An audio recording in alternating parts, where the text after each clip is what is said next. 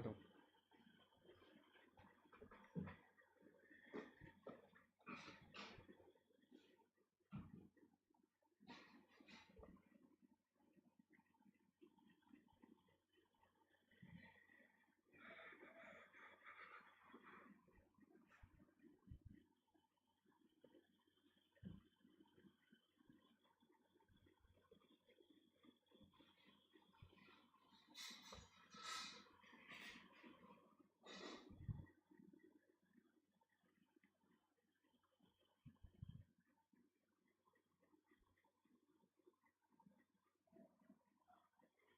अरे स्टार्ट हो गया, चलिए। नमस्कार दोस्तों, स्वागत है आपका MX लाइव पे। Very good evening to everyone. आज हमारा नया चैप्टर स्टार्ट होने वाला है, दैट इज टॉर्जन। ठीक है,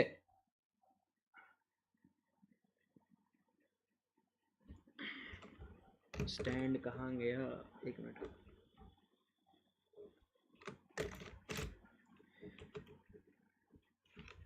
very good evening to everyone यार, वेरी गुड इवनिंग। एक मिनट रुको यार, मेरा ये फोन रखने का स्टैंड, एक मिनट रुको।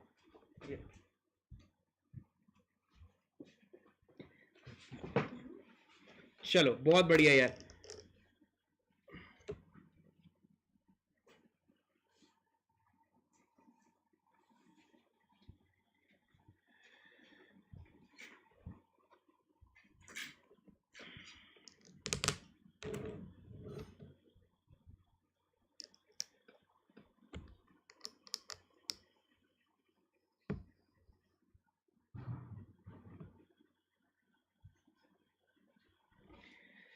सभी का बहुत बहुत स्वागत है आज के सेशन में। यार आज का सेशन बहुत ही इंटरेस्टिंग होने वाला है। रीजन क्या है, आज हम अपने नए चैप्टर को स्टार्ट करेंगे, दैट इज टॉर्जन।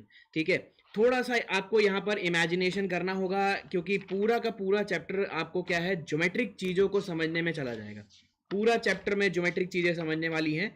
ठीक है, सो सबसे पहले मैं आपको एक एनिमेशन दिखाता हूँ आपको टॉर्जन, ताकि पूरा का पूरा समझ में आ जाए। ठीक है ना। सो पहले हम लोग क्या करते हैं, पहले एनिमेशन देखते हैं, फिर उसके बाद हम लोग क्या करेंगे, इस एनिमेशन से आगे कंटिन्यू करेंगे इस चीज को। क्लियर, चलो बढ़िया, बहुत बढ़िया यार। टॉर्जन हेडिंग डाल देता हूं मैं यहां पर।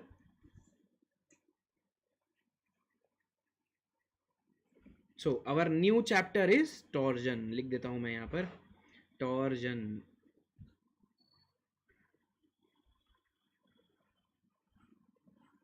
ठीक है, ये हमारा नया चैप्टर है। सो आई होप रेडी हैं आप लोग। पूरी कॉन्सेंट्रेशन के साथ 5 मिनट की वीडियो देखिएगा, फिर उसके बाद आपको चीजें ऑटोमेटिकली समझ में आ जाएंगी। ठीक है,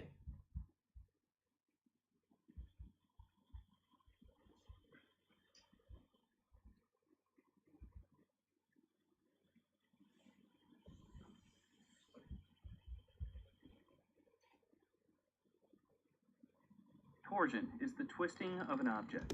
पहले आप मुझे बताइए, आवाज क्लियर आ रही है?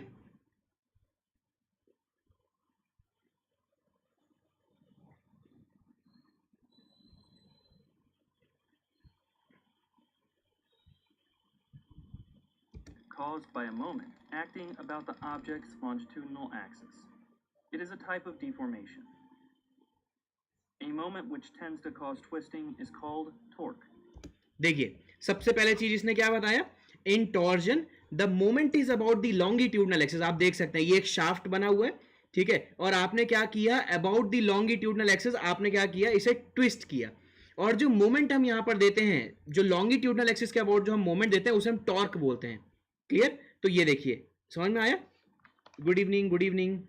ठीक है, सो मोमेंट को आपने क्या बोल दिया, टॉर्क। तो पहली चीज तो आपको ये समझनी है। ठीक है, टॉर्जन क्या होता है, ये हम क्या करते हैं, ट्विस्ट करते हैं एक ऑब्जेक्ट को, जिसमें मोमेंट हम लगाते हैं लॉन्गिट्यूडनल एक्सिस। तो टॉर्जन आपका क्या है, सबसे पहले तो ट्विस्टिंग है।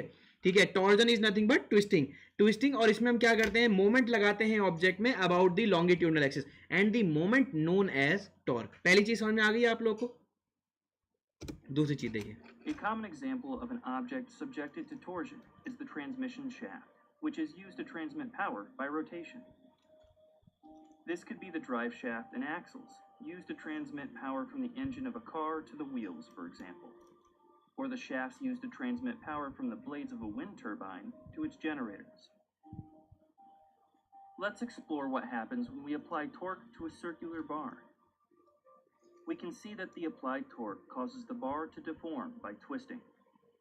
An interesting thing we can observe is that individual cross-sections of the bar do not get distorted by the twisting. We can imagine that the bar is made up of multiple individual discs, which rotate relative to each other when the torque is applied, but do not deform.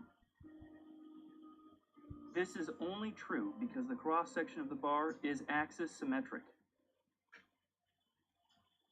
A bar with a rectangular cross-section is not axis symmetric, and so torsion results in warping of the bar cross-sections. This warping is complex, so in this video, we will keep things simple and only consider torsion as it relates to circular bars. अब देखिए ये point क्या है, will see the torsion of the object of us, जैसे इसमें बोला है ना एसिमेट्रिक, ठीक है। रेक्टेंगुलर सेक्शन जो था, अगर मैं उसे टॉर्क देता हूं तो उसमें वार्पिंग आ जाती है, ठीक है। सो उसकी जो एनालिसिस होती है डिफिकल्ट होती है, दैट इज वाई हमारे अंडर ग्रेजुएट लेवल में क्या है, torsion of the twisting of the circular bar ही है सिर्फ। So will study this twisting of the circular bar. ये बात समझ में आ गई आप लोग को? चलो आगे देखिए। Let's fix our bar at one end and track how a line between point A and point B deforms as we apply a torque to the other end. The applied torque causes the free end of the bar to rotate by an angle phi. This is called the angle of twist. It varies linearly from 0 at the fixed end of the bar to phi at the free end of the bar. We can calculate the angle of twist using this equation. It is a function of 4 parameters: the length of the bar, L, the applied torque, T, the shear modulus, G, which is material property, and J, which is the polar moment of inertia. So, what is the polar moment of inertia? It defines the resistance of a cross-section to torsional deformation, due only to the shape of the cross-section. The polar moment of inertia for a hollow bar, with an outer radius RO and an inner radius RI, can be calculated using this equation. Setting the inner radius to 0 gives us the equation for a solid bar. One neat thing about the equation for the angle of twist is that it gives us a way to determine a material's shear modulus, G, experimentally. If we apply a known torque to a bar of known length and cross-section and measure the resulting angle of twist, we can use that information to calculate the material's shear modulus, G.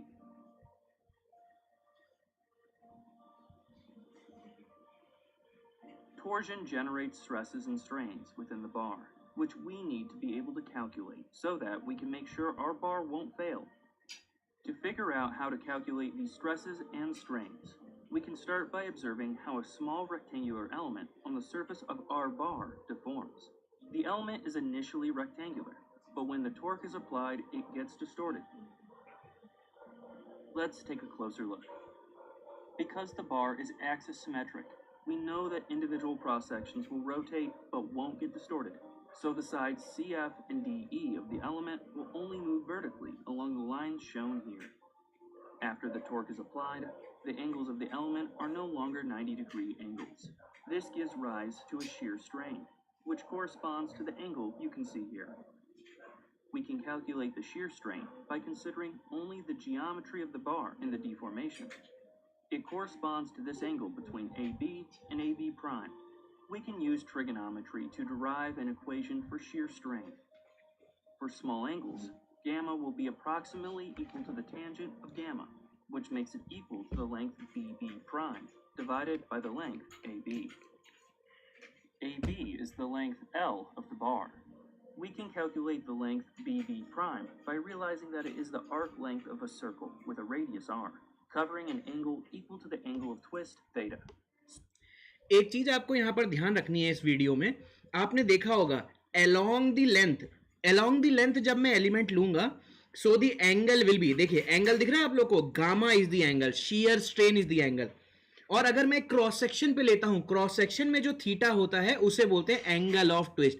दो चीजें आपको इस पूरे chapter में ध्यान रखनी है, एक थीटा और एक gamma. along the length is the gamma and in the cross section that is theta। Clear हुई ये वाली बात?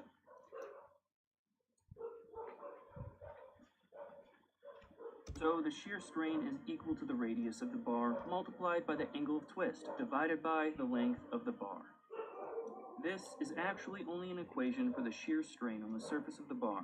But what about inside it? It turns out that the shear strains increase linearly with the distance from the center of the cross-section. So, if we define rho as the radial distance from the center of the cross-section, we can replace r in this equation with rho to give us an equation we can use to calculate shear strain due to torsion at any point within the bar. That's shear strains covered. But what about shear stresses?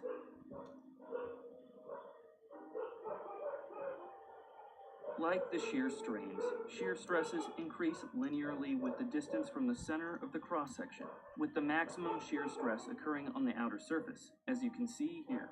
This is true for a solid bar, but also for a hollow bar. This is useful to know because it means that hollow bars are way more efficient at carrying torsional loads, since the central part of a solid bar is only resisting a small part of the total load. Let's consider a small element within our cross-section that has an area equal to dA and is located at a distance rho from the center of the cross-section. The internal force acting on this element is equal to its area, dA, multiplied by the shear stress tau. We can use this information to work out an equation for calculating the shear stresses. The moments caused by the internal forces acting on all of the elements within the cross-section must sum up to be equal to the torque T.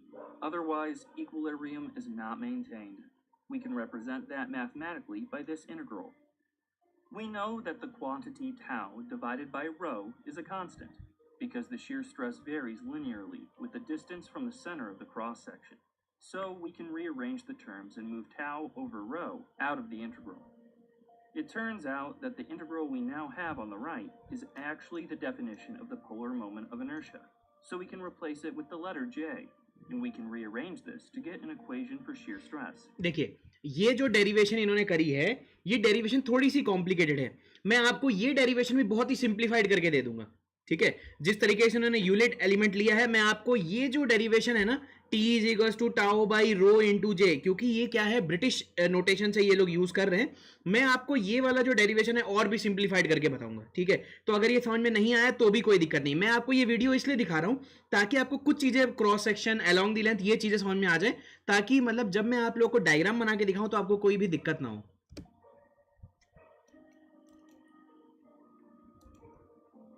The shear stress is a function of the torque T, the distance rho from the center of the cross-section, and the polar moment of inertia J. It's quite a simple equation. So we now have equations that allow us to calculate the shear strains and shear stresses. We also have the equation for angle of twist that we talked about earlier. These three equations tell us everything we need to know about a circular bar which is under torsion. So far, we have only talked about a uniform bar fixed at one end with a single applied torque, but shafts are often loaded by multiple torques. This shaft, for example, which is supported by bearings at both ends, is driven by a gear at point B, and in turn drives two gears at points A and C. It is loaded by 3 torques. Before we can use the equations for shear stress, shear strain, and angle of twist that we just developed, we need to figure out the internal torque at each location along the shaft. The process for doing this is similar to calculating the shear force along a beam, which I covered in a separate video. First, we draw a free body diagram. Then we make imaginary cuts and use the concept of equilibrium to determine the internal torque at different locations along the shaft.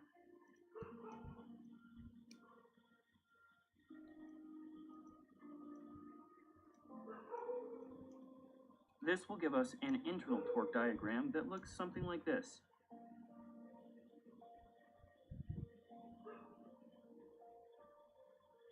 The maximum shear stress will occur in the section of the shaft with the largest internal torque, and can easily be calculated using the equation we derived earlier. I want to end the video by talking about failure due to pure torsion. If we have 2 bars, one made of a ductile material and one made of a brittle material, and we apply the same torque to both bars, we will observe that they fail differently.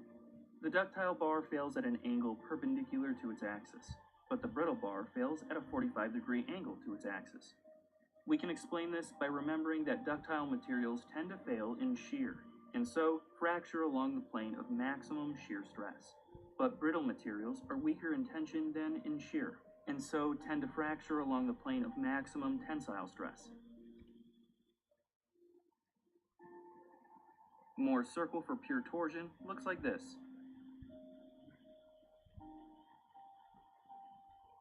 We can see that when our stress element is oriented this way, the shear stresses are at their maximum values, and we have no normal stresses. There is a 90-degree angle on Moore's circle between maximum shear stress and maximum normal stress, which means that normal stresses are at a maximum when our stress element is rotated by an angle of 45 degrees.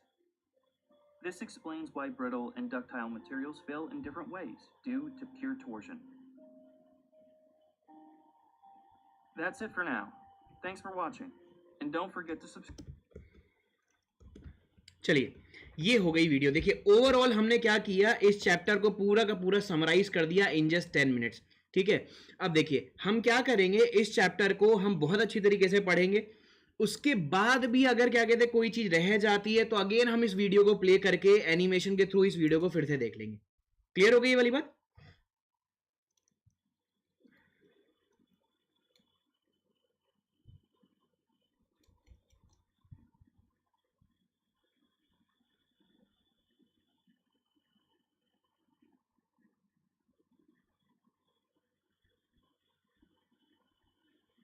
चलो आज का session start करते हैं. आप लोग heading डालिए torsion. देखो ये अब हम पढ़ते हैं, देखिए बहुत ध्यान से. और ओवरव्यू हमने ले लिया है ना. ओवरव्यू लेने के बाद अब हम क्या करेंगे, इस चैप्टर को बहुत अच्छी तरीके से देखेंगे. ठीक है, so the first definition that will write is shaft, SHAFT. देखो शाफ्ट क्या होता है, कई बार आया था ना वीडियो में, शाफ्ट आया था ना, पहले ही डायग्राम में शाफ्ट आया था कि नहीं आया था. ठीक है, तो शाफ्ट क्या होता है. देखो शाफ्ट एक मशीन एलिमेंट होता है जो क्या करता है, अपनी पावर को ट्रांसमिट करता है दूसरे पे. ठीक है, बात समझ में आया?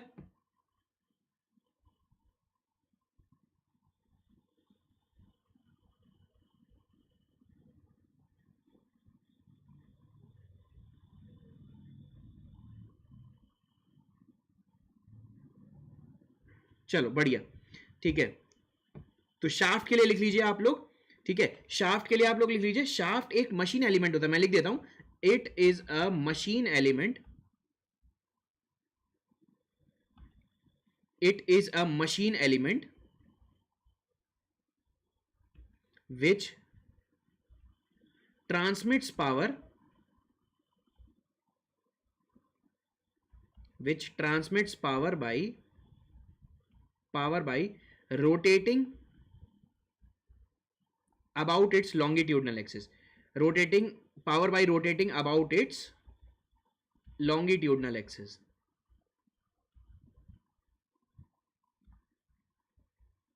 तो शाफ्ट एक ऐसा मशीन एलिमेंट होता है जो अपने लॉन्गिट्यूडनल एक्सिस पर रोटेट करता है और पावर को ट्रांसमिट करता है. फॉर एग्जांपल देखिए बहुत ध्यान से, लेट अस सपोज ये एक शाफ्ट है. ठीक है, और इस शाफ्ट में क्या है, ये देखिए ये पूरा एक शाफ्ट है और नीचे एक और शाफ्ट है. I will change the colour, this is another shaft.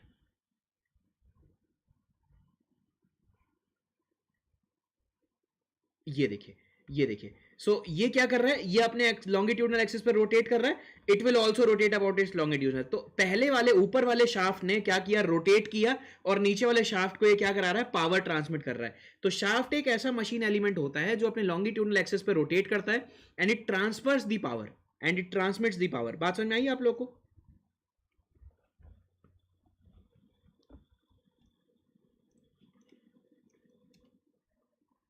ये लिख लीजिए फटाफट. ठीक है,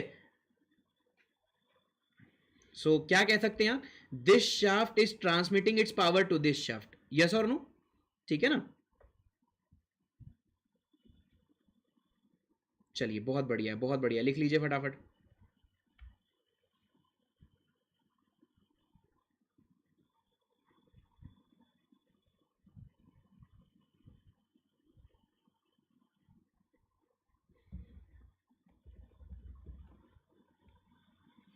ठीक है, अब देखिए torsion is nothing but twisting. अगर मैं आपसे बोलूं ना torsion is nothing but twisting.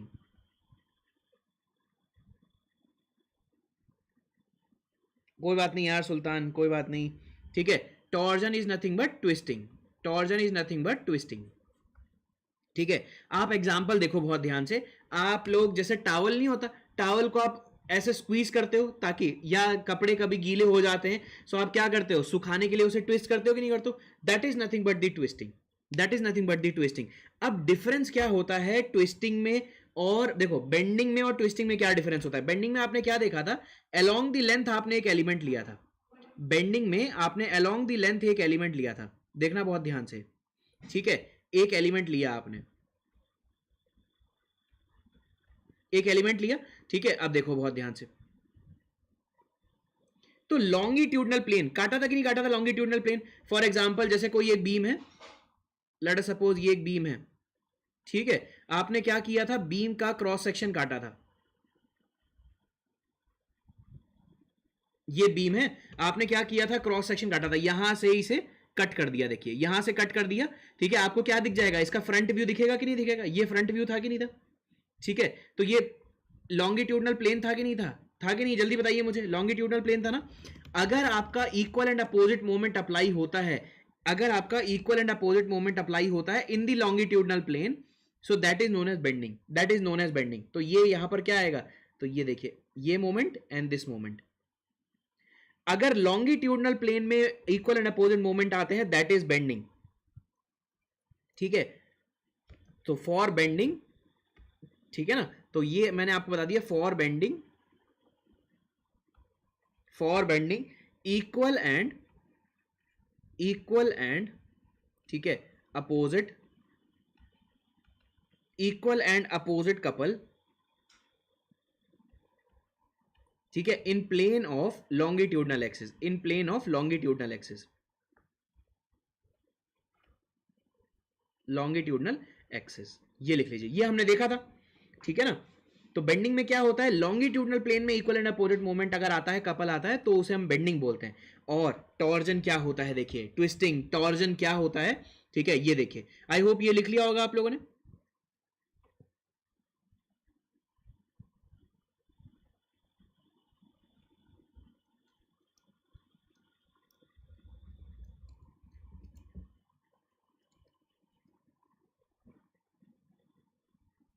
चलो बहुत बढ़िया। अब आप देखिए,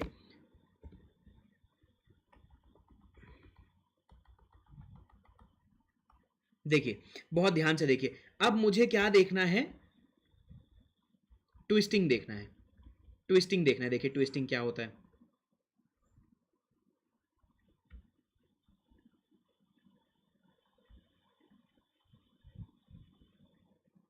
ये देखिए ट्विस्टिंग क्या होता है, ये अपन देखते हैं, देखिए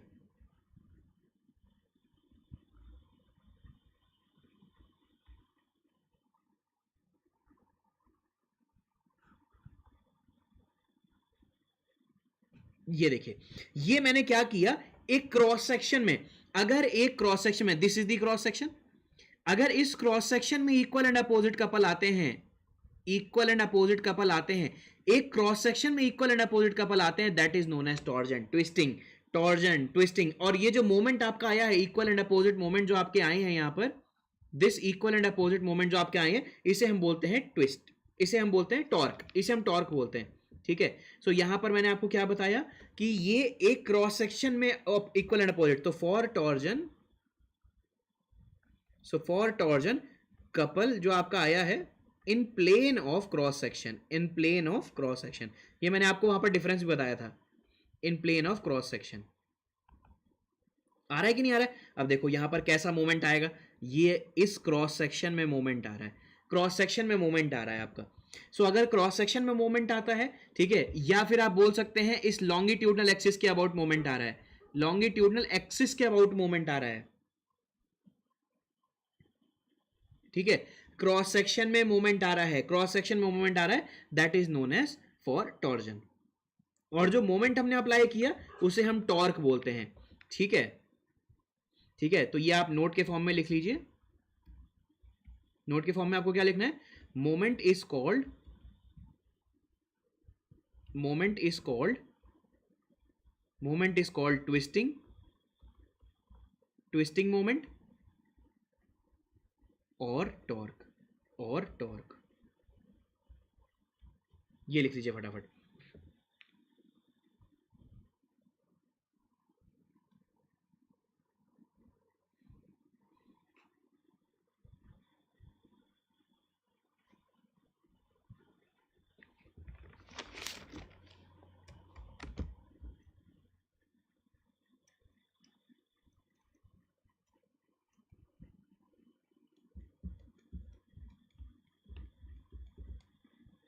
लिखा सबने?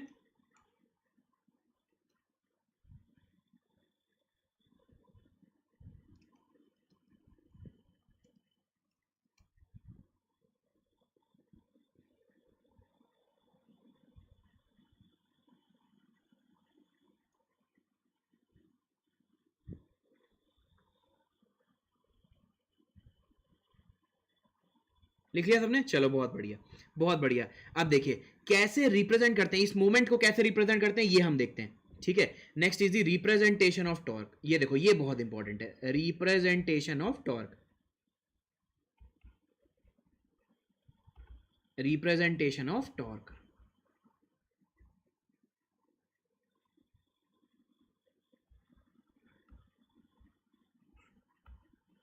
रिप्रेजेंटेशन ऑफ टॉर्क, देखो कैसे रिप्रेजेंट करते हैं। इसका जो आपका रूल होता है इसे हम बोलते हैं right hand rule, right hand,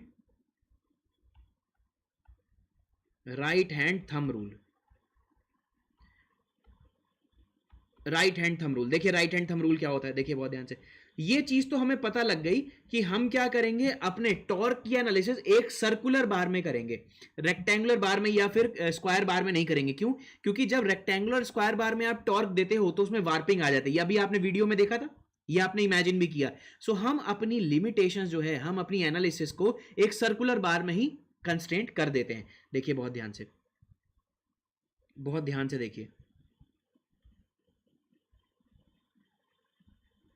ये देखिए, ठीक है। आपने क्या किया इस बार में, ये इस क्रॉस सेक्शन में ऐसा आपने ये क्लॉकवाइज आपने क्या किया, मोमेंट लगाया। क्रॉस सेक्शन में मोमेंट इज टॉर्क। अब इसे कैसे रिप्रेजेंट करते हैं, देखिए बहुत ध्यान से, बहुत ध्यान से देखिए। अगर आप अपना राइट हैंड इसके सरफेस पे रखेंगे और इसे रोटेट करेंगे, आपका थंब किधर जाएगा, अंदर की तरफ जाएगा कि नहीं आएगा? आपका थंब अंदर की तरफ जाएगा। So you will represent this moment as this, you will represent this moment as this, double arrow से हम represent करते हैं। so torque is represented by double arrow, torque is represented by double arrow, ठीक है। Right hand का मतलब क्या हो गया, if you place your right hand over this, if you place right hand over this, देखिए बहुत ध्यान से,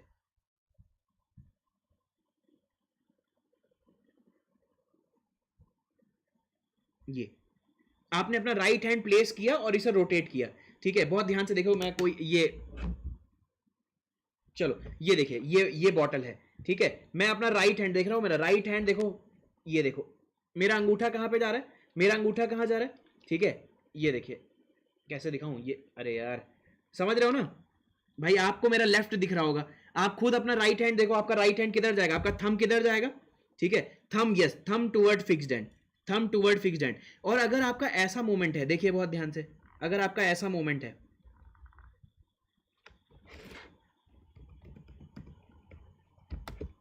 ऐसा मोमेंट अगर आपका है,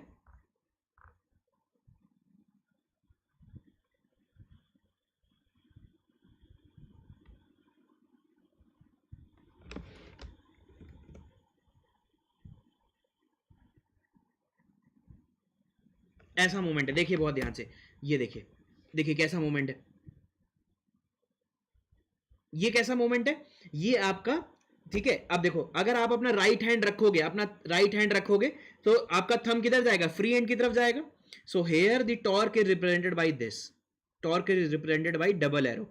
तो अगर आपके बार में ऐसे एरो लिखे हुए हैं तो आप समझ जाओगे कि क्रॉस सेक्शन में कैसा मोमेंट आया है, समझ जाओगे कि नहीं समझ जाओगे, जल्दी बताओ मुझे, डायरेक्शन समझ जाओगे ना। तो this is the representation of torque, and torque is represented by double arrow.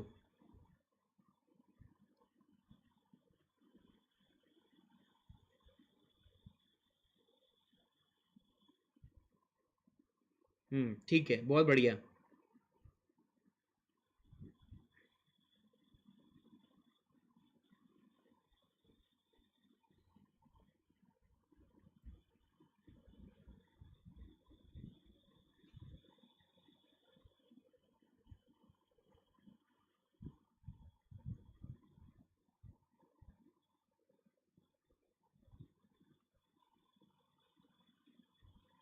ठीक है ना, आगे बढ़े। Now next is the assumption, assumption देखते हैं, देखो क्या है, ठीक है। Next is the assumptions. जब भी हम टॉर्जन की एनालिसिस करेंगे तो इनहेरेंट अजम्पशंस क्या होते हैं अपने, ये अब हम देखते हैं। तो क्या अजम्पशंस होंगे ड्यूरिंग दी, ठीक है, एनालिसिस ऑफ टॉर्क। जब भी हम ट्विस्ट करेंगे टॉर्जन होगा, ठीक है, या टॉर्क देंगे। Sir top and bottom are in same direction, top and bottom same direction थोड़ी ना है। ये देखिए यहाँ पर एरो देखिए ना, यहाँ पर बहुत ध्यान से, ये एरो देखिए, this arrow is tending toward this side, and यहां पर देखिए, यहां पर एरो देखिए, this is anticlockwise, this is anticlockwise, opposite तो है।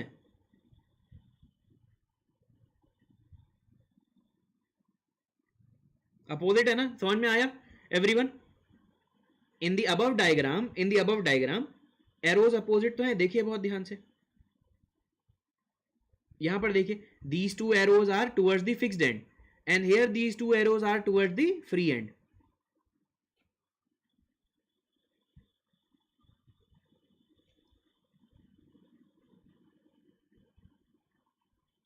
अंडरस्टूड एवरीवन, चलो बहुत बढ़िया। Now what are the assumptions that will take during the analysis of torque, ठीक है। टॉर्जन में क्या क्या आपके, देखो टॉर्जन ट्विस्टिंग एक ही बात है, और जो मोमेंट अप्लाई कर रहे हैं उसे हम टॉर्क बोलते हैं। डिफरेंस समझ में आया, what is the difference between torsion, explain once in English, okay I will explain it, explain it. देखिए बहुत ध्यान से, the heading is representation of torque. Since torque is the moment in the cross section, this moment can be represented by double arrow, and the arrow, the direction of the arrow is very important, ठीक है। Now look very carefully, in this cross section, in this cross section you have moment in the clockwise direction, in the clockwise direction you have to use your right hand and rotate your right hand, ठीक है, in the direction of movement. Your thumb will decide the direction of the arrow, your thumb will decide the direction of the arrow. Now look very carefully, in the below diagram, in the below diagram the moment in the cross section is anti-clockwise, is anti-clockwise. Now you have to rotate your right hand anti-clockwise, anti-clockwise. If you rotate your right hand in the anti-clockwise direction, right, in the anti-clockwise direction your thumb is pointing towards outside, your thumb is pointing towards outside, ठीक है। So I have made, getting my point, देखो there might be difficulty, why, because the camera used to mirror image the video, right, the camera used to mirror image the video, some, that is why you don't have to confuse in the left and right, you do it yourself, you do it yourself, ठीक है। rotate your right hand, rotate your right hand in the clockwise direction, your thumb will point in the certain different direction, and when you rotate your right hand in the anti-clockwise direction your thumb will point out in the another direction.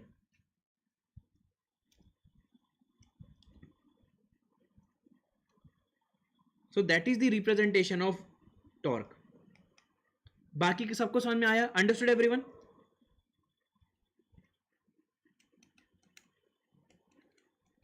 चलिए, now the next topic is assumptions. What are the assumptions that is involved in the theory of torsion, right? So the first assumption is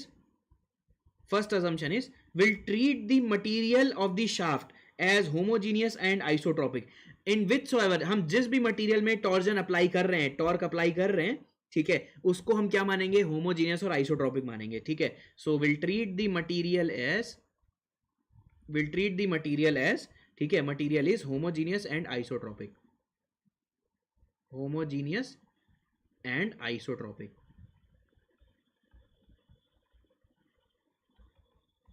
will treat the material as homogeneous and isotropic. Now the next assumption is, and many times I have discussed you what is homogeneous and what is isotropic. Many a times I have discussed you about the what is material is homogeneous and isotropic, right? ठीक है।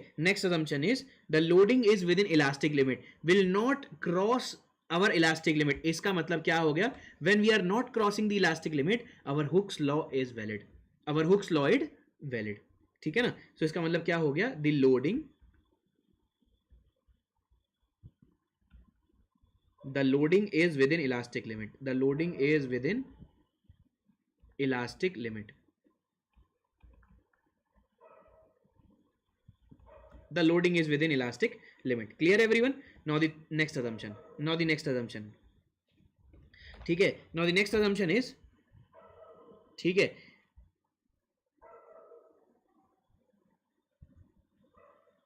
देखिए बहुत ध्यान से. Now the next assumption is, let us suppose this is the shaft.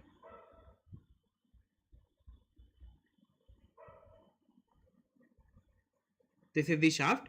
ठीक है, देखिए, you have to answer in yes or no. If this is a shaft, shaft must have some weight. अगर shaft का कुछ weight है, so the shaft will bend under its own weight. Yes or no? पहले आप मुझे ये बताइए. Shaft will bend under its own weight. पहले आप मुझे ये बताइए. This assumption, ये आपको समझ में आ रहा है कि नहीं आ रहा है? If अगर shaft का weight होगा, तो shaft क्या करेगा? अपने weight के कारण खुद deflect करेगा. Yes or no?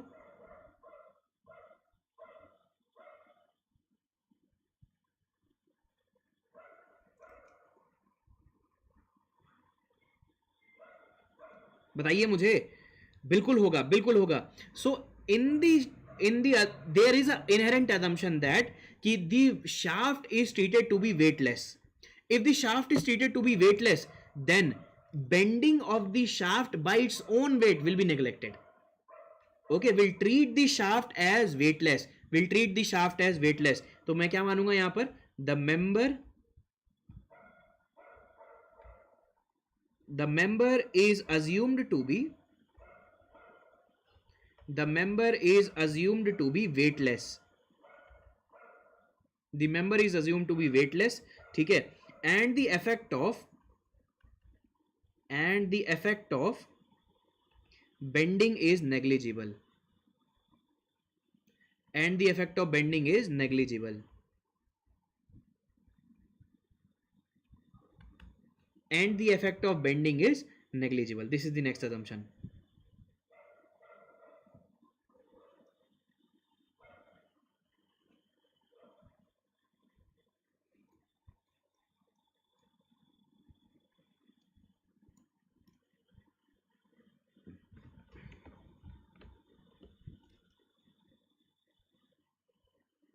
Written everyone?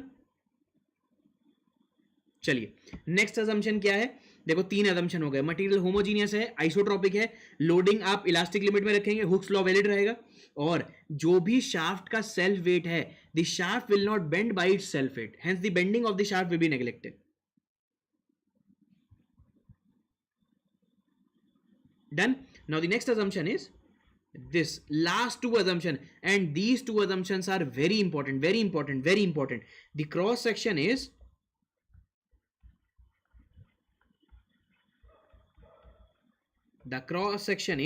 perpendicular to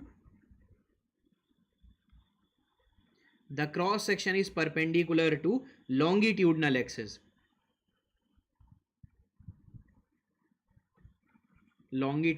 axis. देखिए, बहुत इंपॉर्टेंट है. The cross section is perpendicular to longitudinal axis.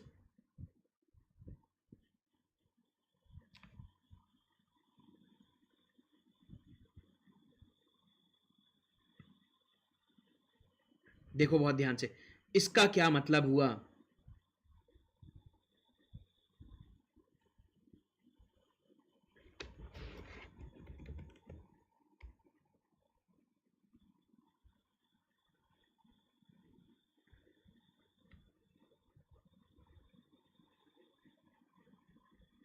देखो बहुत ध्यान से, ठीक है. देखो, मैंने क्या किया यहां पर, देखिए ये दोनों आपके क्रॉस सेक्शन है. लेट अस सपोज मैंने क्या किया, ये क्रॉस सेक्शन ले लिया, दिस क्रॉस सेक्शन, मतलब आफ्टर द टॉर्क, ठीक है, after bending about it's longitudinal axis, ये जो क्रॉस सेक्शन है, दिस क्रॉस सेक्शन, ये जो क्रॉस सेक्शन आपका है,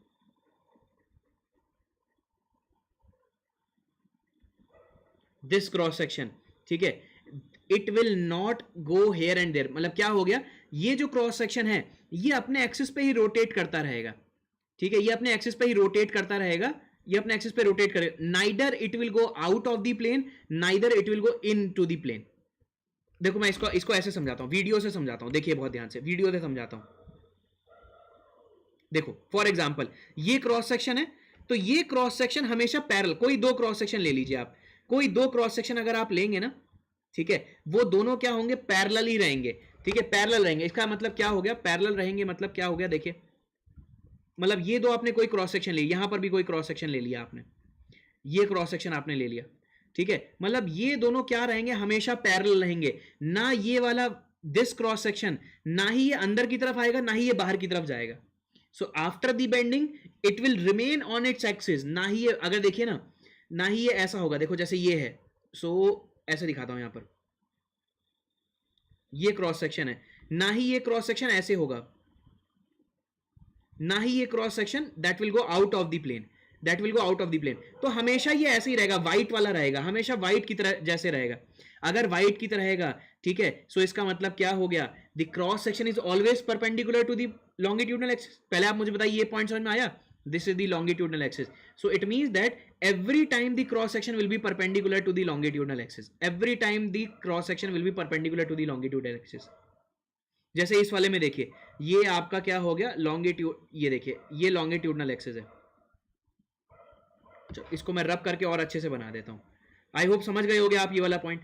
लेट अस सपोज अगर ये cross section, if this cross section, if any how अंदर की तरफ आ गया, तो क्या हो जाएगा यहां पर देखिए, तो ये परपेंडिकुलर से ज्यादा हो जाएगा कि नहीं हो जाएगा, ये angle that will be more than perpendicular. So always, चाहे बेंड कर दे, जैसे फॉर एग्जांपल ये है, मैं अगर बेंड करूंगा ना, तो ये अपने एक्सिस पे ऐसे बेंड होता रहेगा, ये बेंड होता रहेगा, ठीक है, वार्पिंग नहीं होगी इसमें, there won't be any warping, there won't be any warping.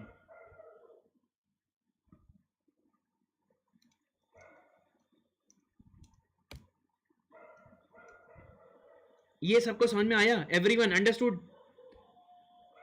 The cross section neither comes in nor go out of the plane, always it is perpendicular to the longitudinal axis, always it is perpendicular to the longitudinal axis।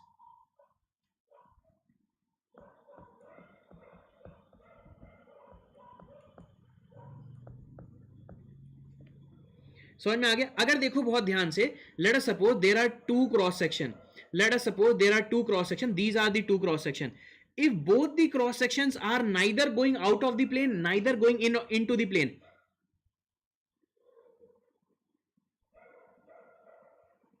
if the fixed end is on the other side of the shaft and if clockwise torque is applied, the thumb will point in the outward direction, what does it signify? देखिए जो आपने question पूछा ना, let us suppose this is the fixed end, this is the fixed end, ठीक है, this is the fixed end and in this clockwise torque, ठीक है, let us suppose clockwise torque। अब देखिए when you apply the clockwise torque, the arrow will signify the, how will you represent this torque, you will represent this torque by this arrow।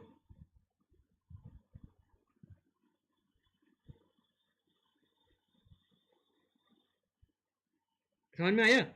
मैं वो क्या बता रहा था कि हम क्या करते हैं, डायग्राम में सिर्फ डबल एरो दिखा देते हैं, रादर देन क्रॉस सेक्शन पे मोमेंट दिखाएं, हम डबल एरो दिखा देते हैं। डबल एरो क्या सिग्निफाई करता है, that you have applied the moment along the cross section.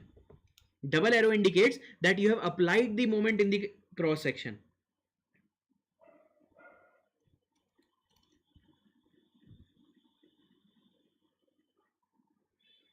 So देखिए आप क्या करेंगे, राइट हैंड रखेंगे, ठीक है,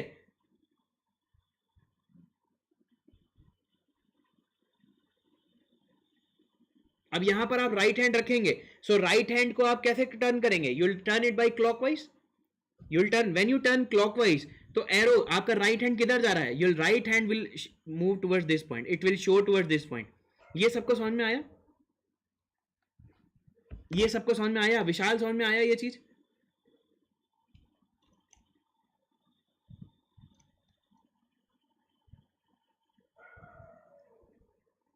इसके लिए मैं कैसे समझाऊं यार, रुको एक मिनट।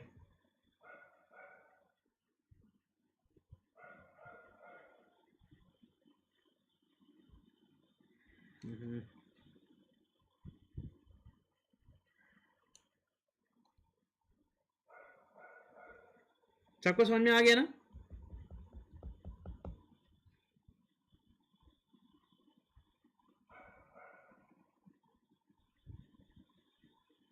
सर ये तो एंटी क्लॉकवाइज लग रहा है मुझे, एंटी क्लॉकवाइज लग रहा है आपको ये? देखो बहुत ध्यान से, कुछ भी डायरेक्शन हो, क्लॉकवाइज हो एंटी क्लॉकवाइज हो, देखो बहुत ध्यान से, if this is the cross section, if this is the cross section, late us suppose ये आपका हो गया, तो अलोंग द क्रॉस सेक्शन आप रोटेट कराओ ना right hand, along the cross section आप रोटेट करो अपना राइट हैंड, सो आपका थंब किधर जाएगा, सो अगर आपका ऐसा है, देखो चलो दो डायग्राम बना लेता हूं, दो डायग्राम बना लेता हूं, फर्स्ट वाला केस, सेकंड वाला केस, आपको अपना पूरा हाथ रोटेट करना है, ठीक है, तो पहले वाले केस में आप कैसे रोटेट करेंगे, पहले वाले केस में कैसे रोटेट करेंगे,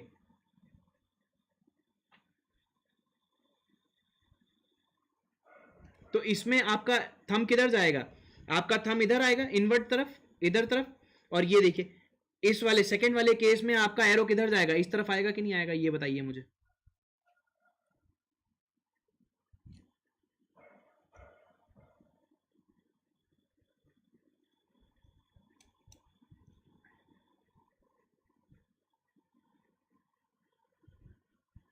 पहले वाले केस में आपका थंब राइट साइड जाएगा, सेकंड वाले केस में आपका थंब लेफ्ट साइड जाएगा, जाएगा कि नहीं जाएगा,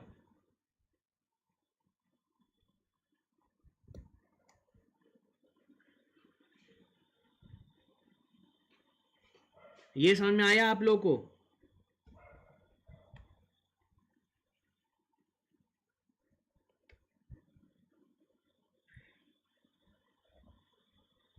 चलो देखो बहुत ध्यान से, ये अजम्पशन क्या है, इन दिस अजम्पशन हमने क्या देखा, the cross section will always be perpendicular to longitude, देखो अच्छा हुआ मैंने आप लोग को वीडियो दिखा दिया, ठीक है, कल भी मैं आपको वो वीडियो दिखाऊंगा, कल के लेक्चर से पहले भी वीडियो दिखाऊंगा, इस पूरे चैप्टर में सिर्फ इमेजिनेशन का खेल है, द मोमेंट आप चीजें इमेजिन करने लग जाओगे, this chapter becomes very simple, very simple, पूरी स्ट्रेंथ ऑफ मटेरियल में यही एक ऐसा चैप्टर है where you have to imagine things by your own.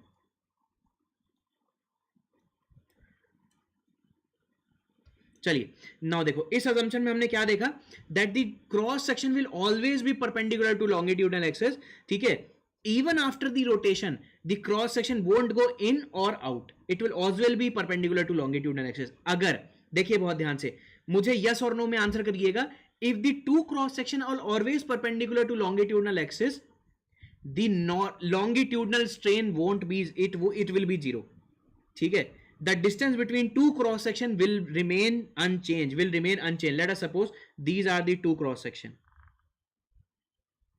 these are the two cross section, let us suppose these are the two cross section,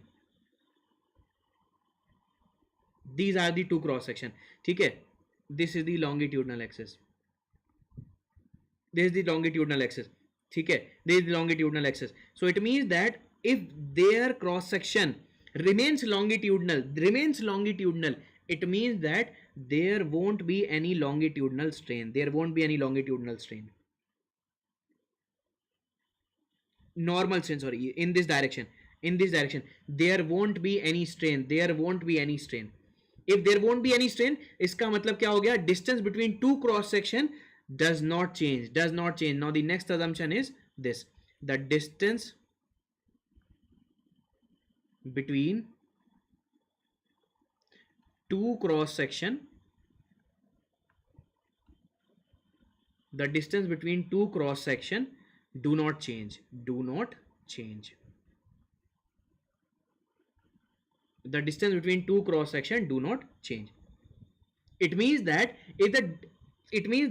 normal strain along longitudinal axis is zero, तो मैं यहां पर क्या लिख सकता हूं, normal strain along longitudinal axis is zero, normal strain along longitudinal axis is zero, normal strain along longitudinal axis is zero, along longitudinal axis is zero, if normal strain along longitudinal axis is zero, it means that the length of the shaft does not change, length of the shaft remain unchanged or constant, length of the shaft remain constant, before the torque and after the torque the length of the shaft remain same, if this is the length before the torque and after the torque also it is L, इसको मैं golden word में लिख देता हूं, 1 करोड़ का point, 1 crore का point है ये, 1 crore rupees point, 1 crore rupees point, क्या है ये पॉइंट, ठीक है। Before and after the torque the length of the shaft remain, the length of before and after the torque, after torque, length of shaft remain constant, length of shaft remains constant, it will be unchanged.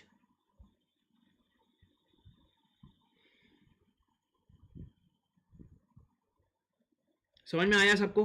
अब ये लिख लीजिए फटाफट, सारे assumption हमने लिख लिए, we have written all the assumptions.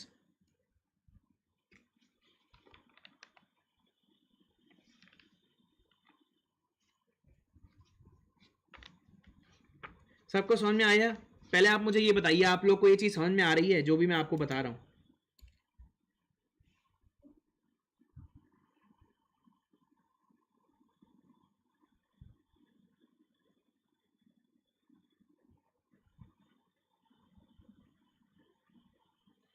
चलो बहुत बढ़िया, all the assumptions are clear, yes और नो?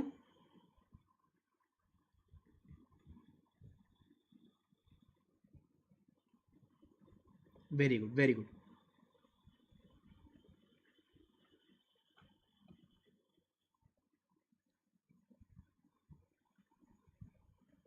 चलो बहुत बढ़िया, now will see, this is 1 crore rupees point, ये लिख लीजिए फटाफट।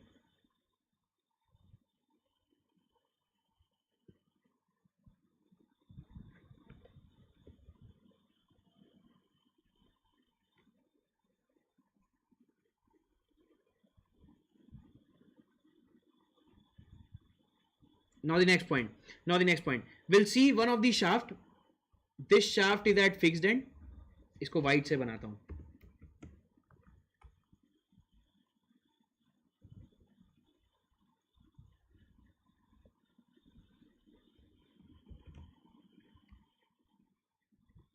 हाँ बता दूंगा, रिवीजन कैसे करना है मैं बता दूंगा, don't worry.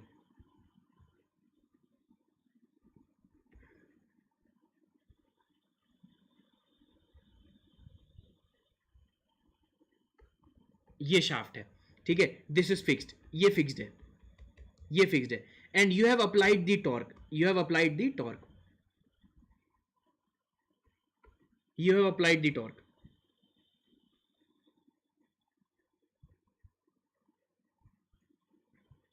Strain is 0 in longitudinal axis, ठीक है, strain is 0 in the longitudinal axis, then normal stress is also 0 along the longitudinal stress.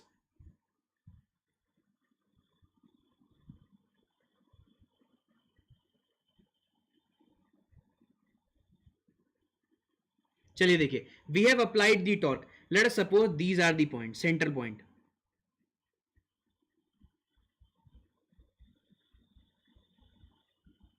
these are the center point, देखो बहुत ध्यान से देखिए, now देखिए बहुत ध्यान से देखिए, this is the radius from the center to the point, from the center to any of the point, that is known as radius, that is known as radius,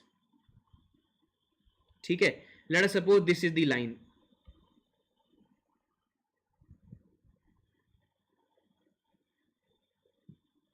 ठीक है, इसे थोड़ा सा नीचे बनाते हैं,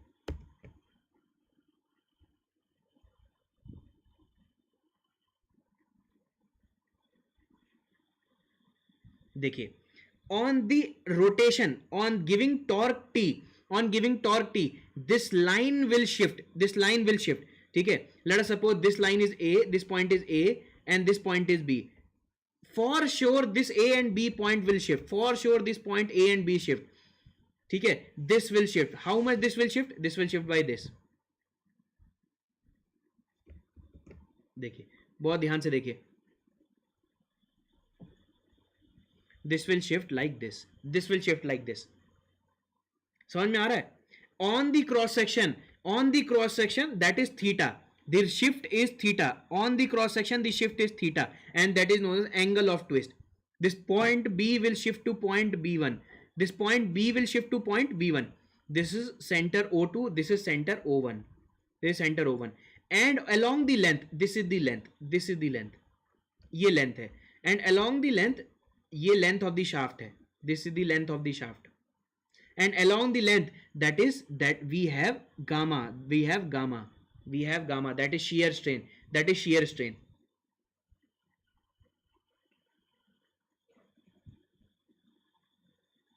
ये बात समझ में आई?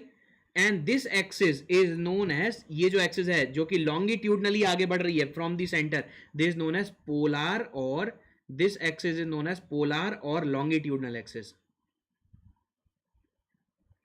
longitudinal axis. On the cross section we have theta, on the cross section we have theta, that is angle of twist, angle of twist, because here cross section is also get shift, along the length also you have got shift, ठीक है, and along the length, along length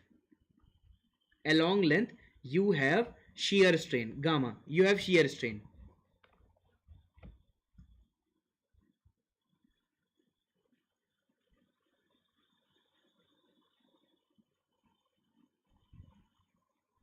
I hope ये चीज imagine हो रही है आप लोगों से, ये चीज इमेजिन हुई है आप लोगों से?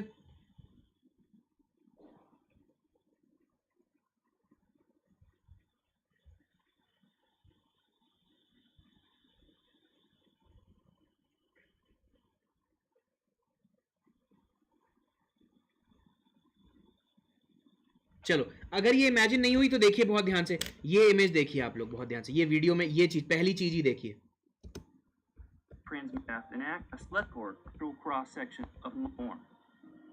ये देखिए, this is one of the assumption, देखिए this is one of the assumption, on the application of the torque each and every cross section is rotating about its own axis, none of the cross section is going in or out, so the distance between each cross section will remain same. This is only true because the cross section of the bar is axis symmetric. A bar with a rectangular cross section is not axis symmetric, and so torsion results in warping of the bar cross sections. This warping is complex, so in this video we will keep things circular A. ये देखिए, ये आ गया, ये line A B है, ठीक है, ये line A B है, जैसी टॉर्क अप्लाई किया देखिए लाइन ए बी कहां शिफ्ट कर गई, torque causes the free end of the bar to rotate by an angle phi. This is called the angle of twist. It varies linearly from 0 at the fixed end of the bar to phi at the free end of the bar. We can calculate the angle of twist. ये समझ में आया? ये देखो, ये diagram imagine हुआ आप लोगों से? देखो, this is a fixed and, देखो फिक्स्ड एंड बनाया ना, ए पर फिक्स्ड एंड है, the moment you have applied the torque, ठीक है, सो फ्री एंड पे सबसे ज्यादा शिफ्ट आया है, फ्री एंड पे सबसे ज्यादा शिफ्ट आया, देखिए ये शिफ्ट आया, ब्लू कलर से दिखा, देखिए ब्लू कलर से दिखा, that is the maximum shift at the free and, ठीक है। क्या मैं B1 की लेंथ निकाल सकता हूं? जल्दी बताइए मुझे, क्या मैं B1 की लेंथ निकाल सकता हूं? तो ये कुछ ऐसा है, ये कुछ ऐसा है, देखिए बहुत ध्यान से, ये कुछ ऐसा है, देखिए ये कुछ ऐसा है, देखिए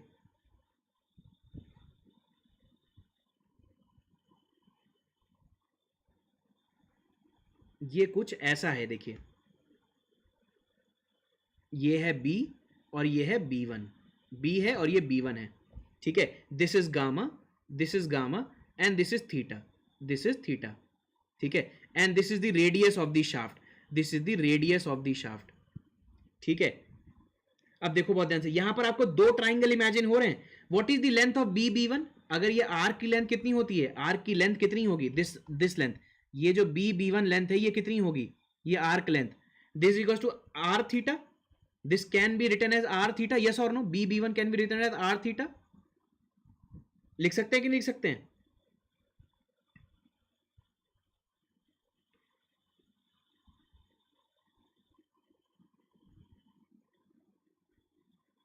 लिख सकते हैं कि नहीं लिख सकते हैं? और एक फ्रंट व्यू देखिए, अगर फ्रंट व्यू पे मैं आपको इसे ऐसे दिखाऊं, देखिए this is the front view, late us suppose this is the front view, front view, ठीक है, this length is L, this length is L, this length is L, ठीक है, सो ये जो लाइन है AB, ये जो लाइन है AB, ये यहां से कहां शिफ्ट कर गई, ये यहां पर शिफ्ट आ गई, ठीक है, and this is known as r theta, this is known as r theta, and this is known as gamma. So can I write it over here as tan gamma is equals to perpendicular by base? Perpendicular is r theta and what is base? That is L. And in strength of material we always know the deformations are very less. ठीक है, in SOM the deformations are very less. In SOM deformations are very less. Deformations are very less.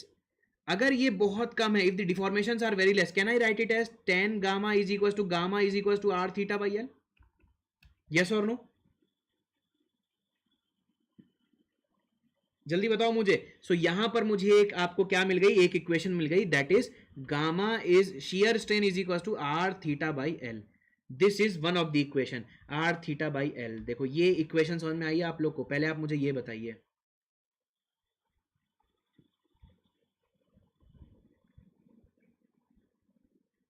सबको imagine हो रही हैं चीजें? देखो video भी play कर रहा हूं, साथ साथ समझा भी रहा हूं. इस चैप्टर में लोग रटवा देते हैं चीजों को. I have seen eight many coachings that ये चैप्टर में क्या करते हैं, डायरेक्टली इक्वेशन लिखवा देते हैं. इस चैप्टर में डायरेक्टली इक्वेशन लिखवा देते हैं. You getting my point everyone?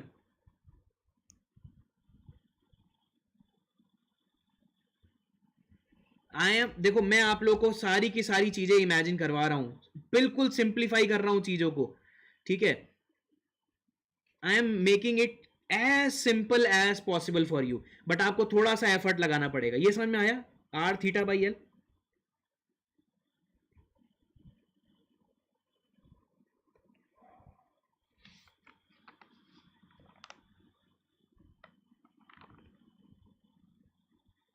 Understood everyone?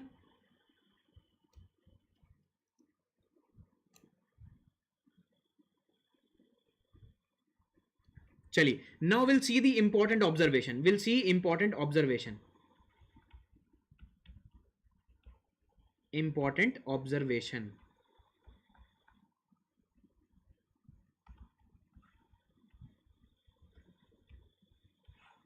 Will see important observation. देखिए क्या इंपॉर्टेंट ऑब्जर्वेशन है.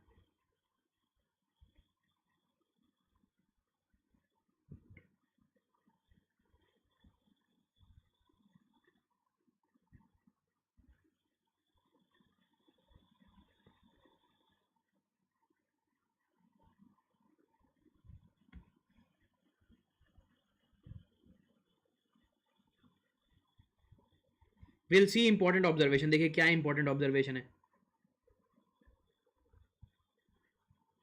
देखिए we have seen this cross section. देखिए बहुत ध्यान से. Let us suppose this length is L. This length is L. And this length is X.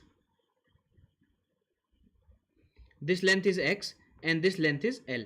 This is theta L. The angle of twist at a length L.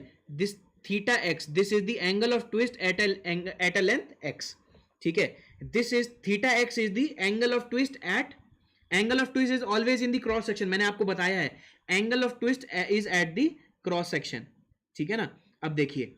The shift of the point at the free end is maximum. देखो ये समझ में आया आपको.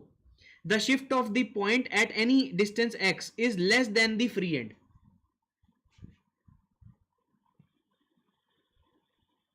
And this angle is gamma. This angle is gamma.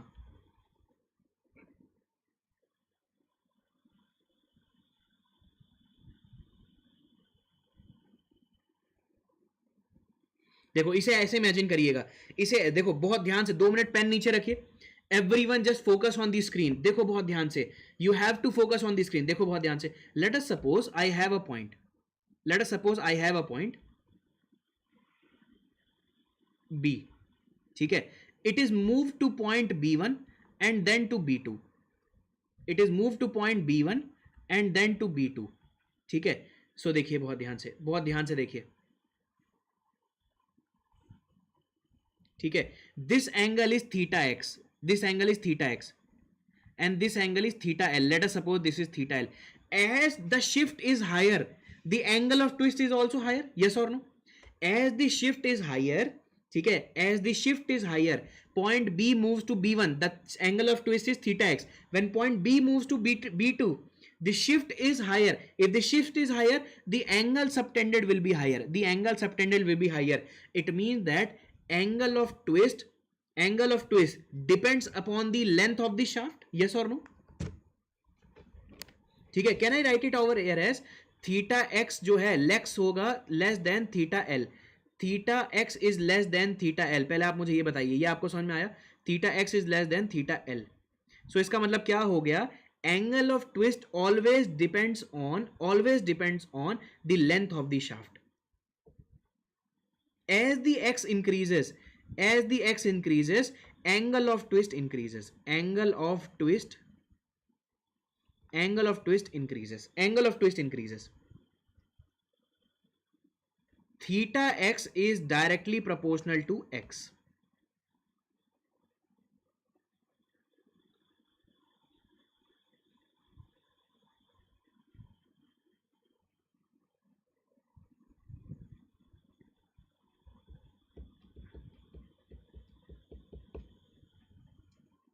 ये बात समझ में आई है आप लोग को? As the length increases from the fixed end, as the length increases, the angle of twist increases. The angle of the twist increases. ये बात सबको समझ में आई?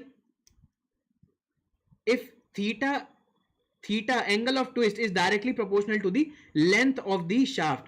ठीक है, angle of twist is directly proportional to the length of the shaft. अगर मैं इसे ऐसे लिखूं, theta by L is equals to constant. ये भी लिख सकते हैं कि लिख सकते हैं? The ratio of angle of twist to the length of the shaft is equals to constant. ये भी लिख सकते हैं?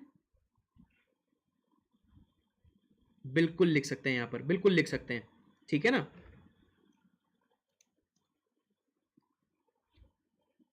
ये समझ में आया आप लोगों को?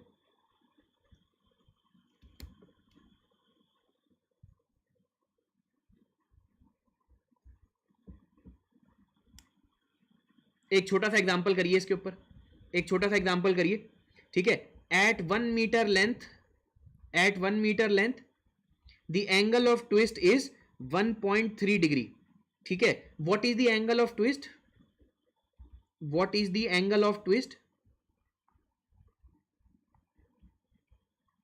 Eight 0.5 metre in shaft.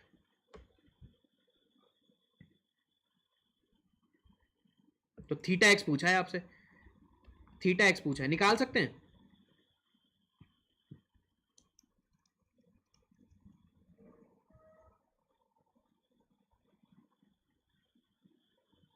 निकाल सकते हैं. देखो बहुत इजी क्वेश्चन है.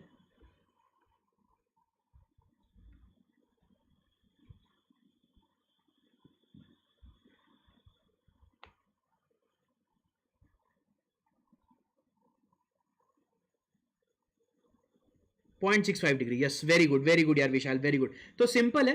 ठीक है, angle of twist and the length of the shaft is constant. मतलब theta x by L x is equal to, ठीक है, ये कांस्टेंट है कि नहीं है? ठीक है, तो इसका मतलब क्या हो गया? 1.3 degree divide by 1 metre is equal to x degree, theta x divide by 0.5 metre. So theta x आपका आ जाएगा 0.65 डिग्री. 0.65 डिग्री ये पूछा गया था एक बार ईएससी में. सो ये क्वेश्चन एक बार इंजीनियरिंग सर्विसेज के प्री में पूछा गया.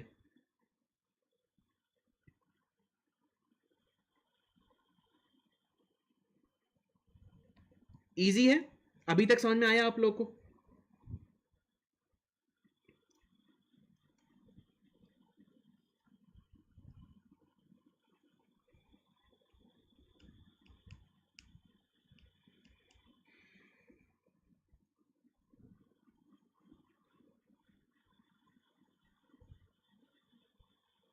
ठीक है ना? सो क्या चीज मैंने आपको बताया? मैंने आपको क्या बताया? As the length increases angle of twist increases. Angle of twist increases.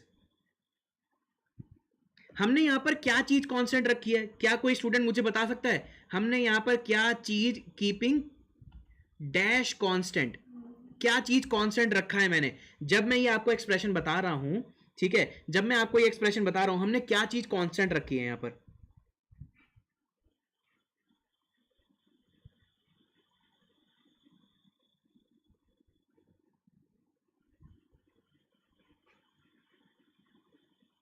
क्या चीज कांस्टेंट रखी है, जल्दी बताइए मुझे, मैंने क्या चीज कांस्टेंट रखी है?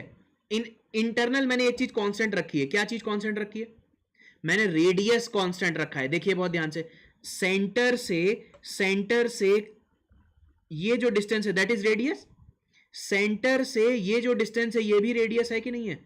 ये रेडियस है। लेंथ तो इंक्रीज कर रहे हैं ना स्वाति, लेंथ इंक्रीज कर रहे हैं, बट रेडियस कांस्टेंट है, यहां पर रेडियस कांस्टेंट है। ठीक है, हम इस रेडियस पर क्या देख रहे हैं? शिफ्ट देख रहे हैं, इस रेडियस पर शिफ्ट देख रहे हैं। सबको समझ में आया?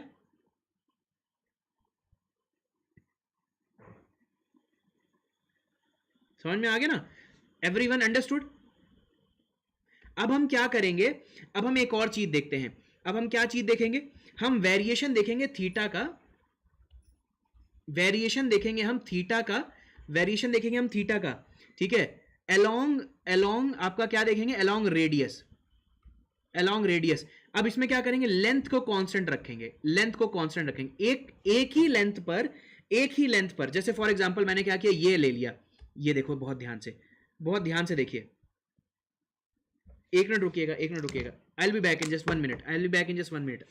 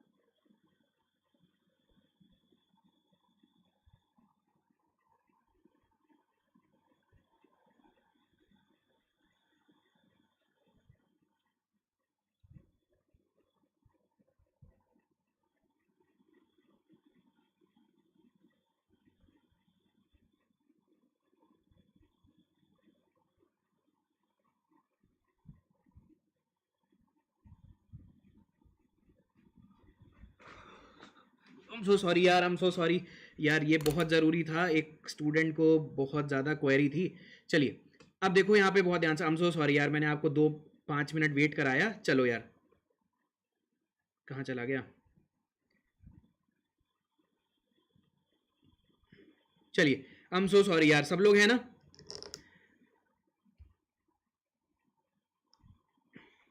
चलिए देखो बहुत ध्यान से, अब हम क्या कर रहे हैं, हमने क्या किया, अलोंग द रेडियस मैंने देखा, अलोंग द रेडियस, ठीक है, मैं रेडियस चेंज करूंगा बट लेंथ को कांस्टेंट रखूंगा। मतलब मैंने क्या किया, लेट अस सपोज ये ले लिया, फॉर एग्जांपल ये ले लिया, ये क्रॉस सेक्शन पूरा का पूरा, ये क्रॉस सेक्शन ले लिया मैंने।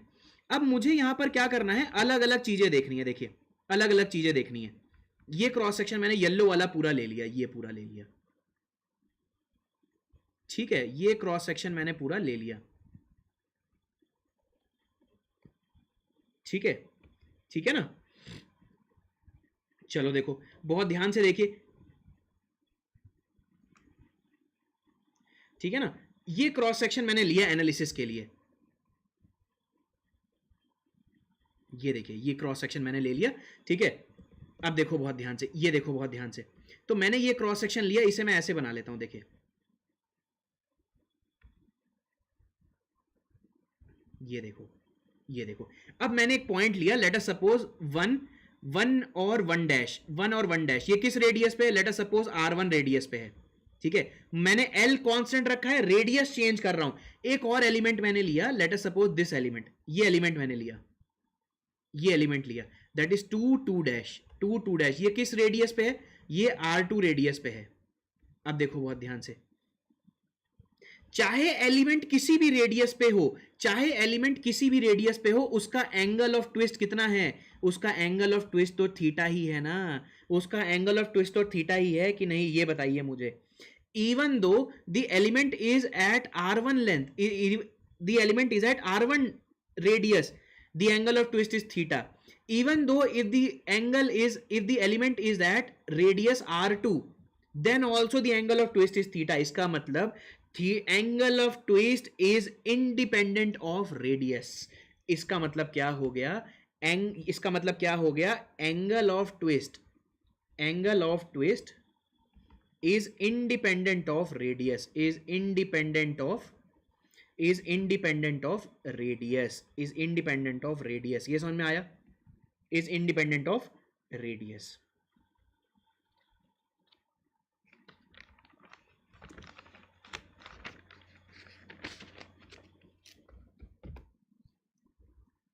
सबको समझ में आया यार? ये चीज अगर आपको एक बार में समझ में आ गई तो बहुत बढ़िया, आप लोग बहुत कंसंट्रेशन के साथ बैठे हो। सबको समझ में आया? सो हमने थीटा को देखा, थीटा को जब हम L के अलोंग देख रहे हैं, theta by L is constant. along the length क्या होता है, थीटा बाई एल का रेशियो कांस्टेंट है, and along the radius theta is independent of radius, theta independent of radius, theta independent of radius, independent of radius. सबको समझ में आ गया? ये बताइए मुझे, ये दोनों गोल्डन पॉइंट समझ में आए? 1 crore plus 1 crore plus 1 crore, how many crore? 2 crore.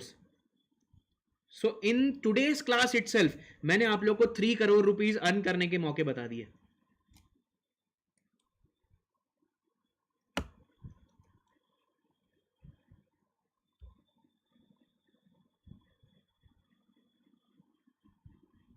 ₹3 crore। Now the last point, how shear strain is varying, how shear strain is varying along the length and as well as along the radius। Now our task is to find how the shear strain is varying along the length, ठीक है, and along the radius। We'll see another, ये देखिए बहुत ध्यान से, we'll see that element only। अरे तुम लोग को मैं इतना अमीर बना दूंगा ना यार, नॉलेज वाइज, तुम भी बोलोगे कि सर मजा आ गया।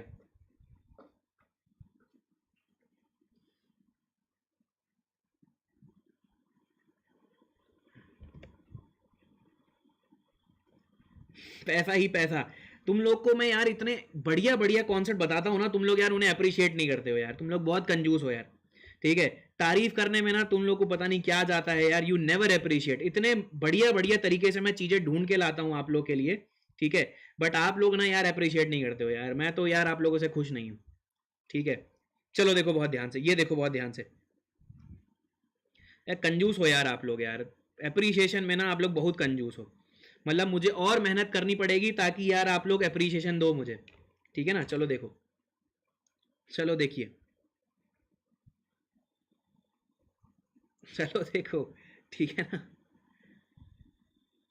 अगेन ये देखिए, ये देखिए।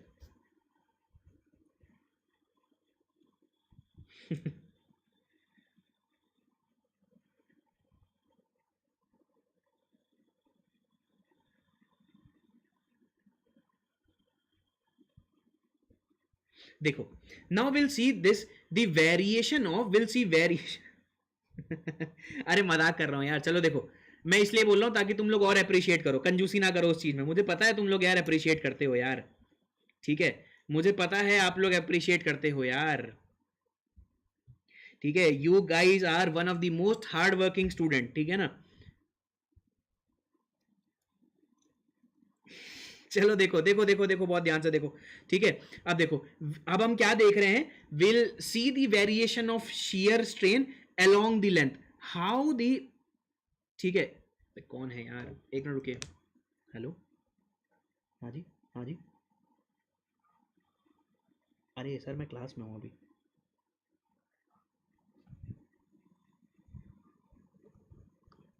चलिए देखिए, will see the variation of shear strain along the length, along the length, along the length, how. अब देखिए रेडियस कांस्टेंट रखना पड़ेगा मुझे, रेडियस कांस्टेंट रखना पड़ेगा। इसका मतलब क्या हो गया, आप ये चीज देख रहे हैं, मतलब ये चीज देखिए, ये चीज देखिए, along the length, along the length,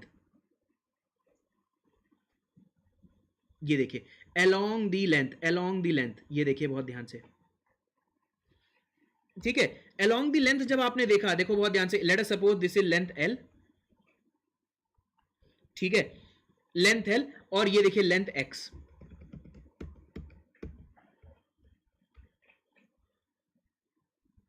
ये लेंथ एल है। लेट अस सपोज किसी लेंथ पर आप एक्स ले लीजिए, ठीक है, दिस इज एक्स, ठीक है। अब देखो बहुत ध्यान से, लेट अस सपोज ये देखिए एक्स ले लीजिए आप,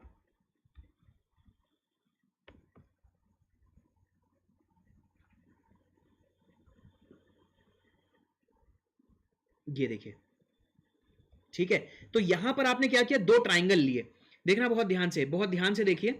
you have taken the two triangle, two triangle, ठीक है। एक तो ये वाला ट्राइंगल देखिए, एक रेड से बना देता हूं मैं, ये रेड से बना देता हूं,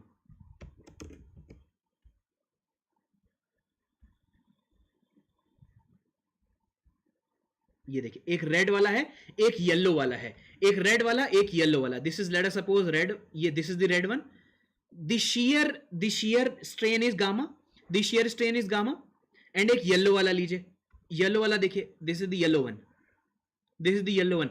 again as the length is varying, ठीक है, the shear strain remain unchange, इसका मतलब shear strain is independent of length, shear strain is independent of length, shear strain gamma is independent of length, is independent of length, is independent of length। ये समझ में आया आप लोग को, is independent of length।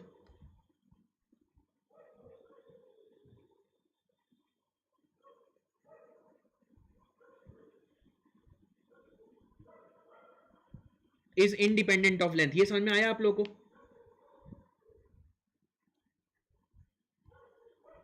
Very good, very good, very good. Now the last, ठीक है।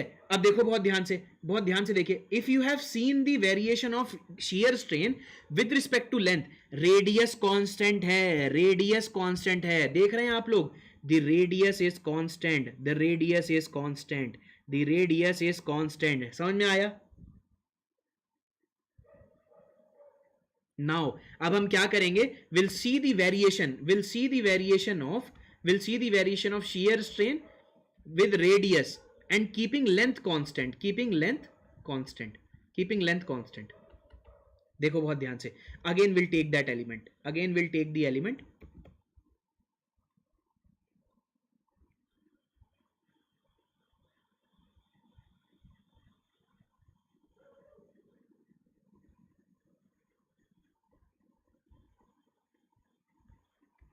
again we'll take the element, ये देखिए ये element ले लिया हमने, नाउ अब आपको क्या करना है, लेंथ कांस्टेंट रखना है, रेडियस चेंज करना है, रेडियस चेंज करना है। देखिए बहुत ध्यान से, विल टेक टू एलिमेंट। देखो एक तो ये हमने ले लिया, this one, this red one. देखिए रेडियस चेंज करना है, लेंथ कांस्टेंट रखना है। एक तो ये ले लिया, this element is at radius r, this element is radius at radius are.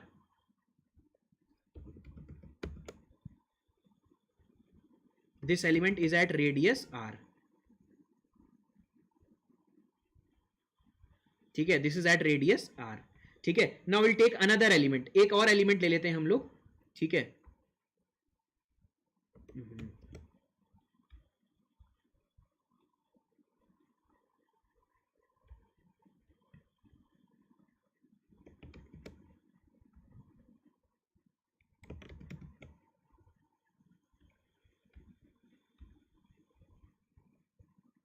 ये देखिए हमने दो एलिमेंट ले लिया, अब हमने दो एलिमेंट ले लिए। Let us suppose this element is at radius small r, this element is at radius small are.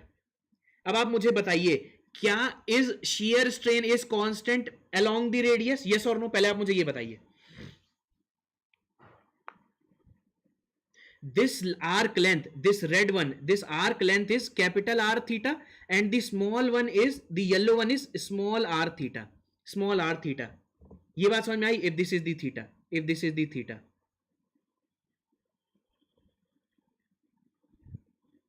yes or no? पहले आप मुझे बताइए, is radius, is gamma is independent of radius, is gamma is independent of radius, independent of radius? पहले आप मुझे ये बताइए, yes और no?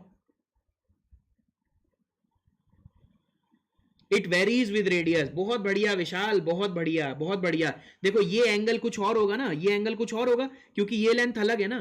देखिए बहुत ध्यान से, ये लेंथ अलग है, ये लेंथ ज्यादा है, ये लेंथ कम है। सो इसे हम क्या मान लेते हैं, गामा आर मान लेते हैं, gamma r, and this is gamma small r.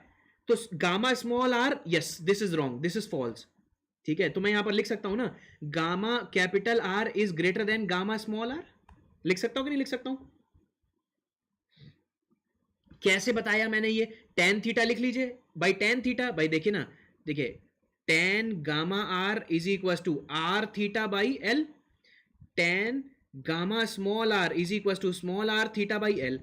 अब देखिए एल और एल कांस्टेंट है, तो आप यहां पर लिख सकते हैं ना, gamma capital r is equal to r theta by L, gamma small r is equal to small r theta by L. And we know that this theta by L is a constant, this theta by L is a constant.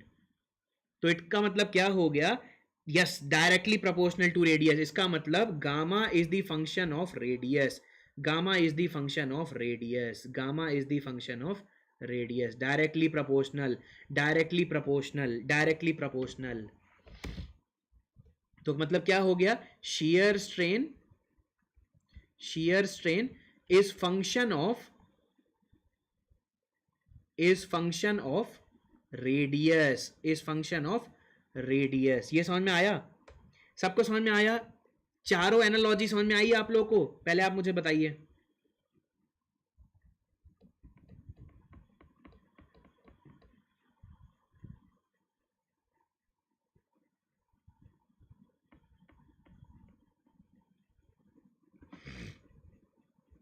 तो अगर मैं आज की class को summarise करता हूं, ठीक है,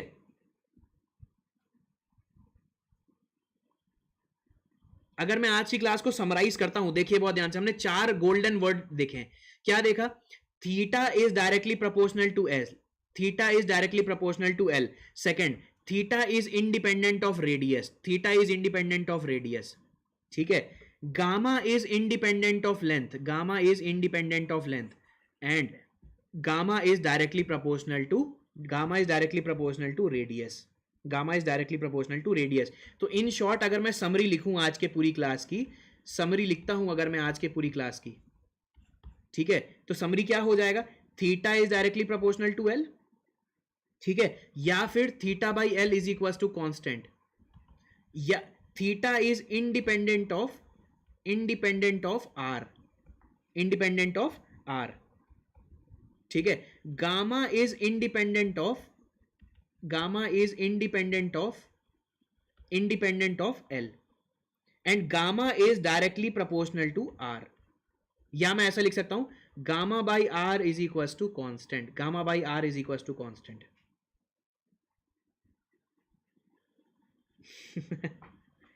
चारों पॉइंट समझ में आए? पहले आप मुझे ये बताइए, ईच एंड एवरी पॉइंट ये क्वेश्चन सॉल्विंग में इतनी हेल्प करेगा आपको कि you won't believe. These all points are very very very important. हम देखना, हम मतलब क्या करेंगे, इन 4 पॉइंट से अपने क्वेश्चन को इतनी जल्दी सॉल्व कर लेंगे, यू वोंट बिलीव कि हम डायरेक्टली इन चारों एक्सप्रेशन को यूज करके अपना आंसर जल्दी से जल्दी निकाल लेंगे।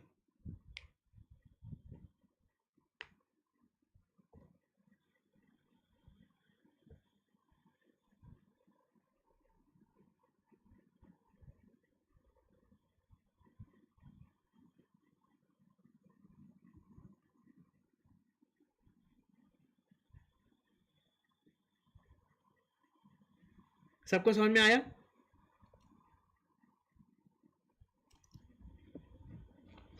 Done everyone?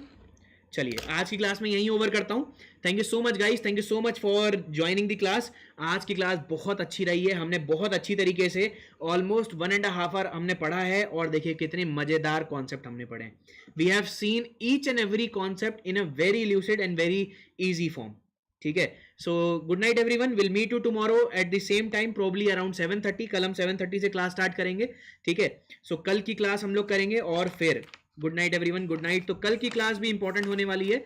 So tomorrow will see more concepts of shear strain and torque. So good night everyone, we'll meet you tomorrow. Thank you so much, keep revising, revise करते रहिएगा।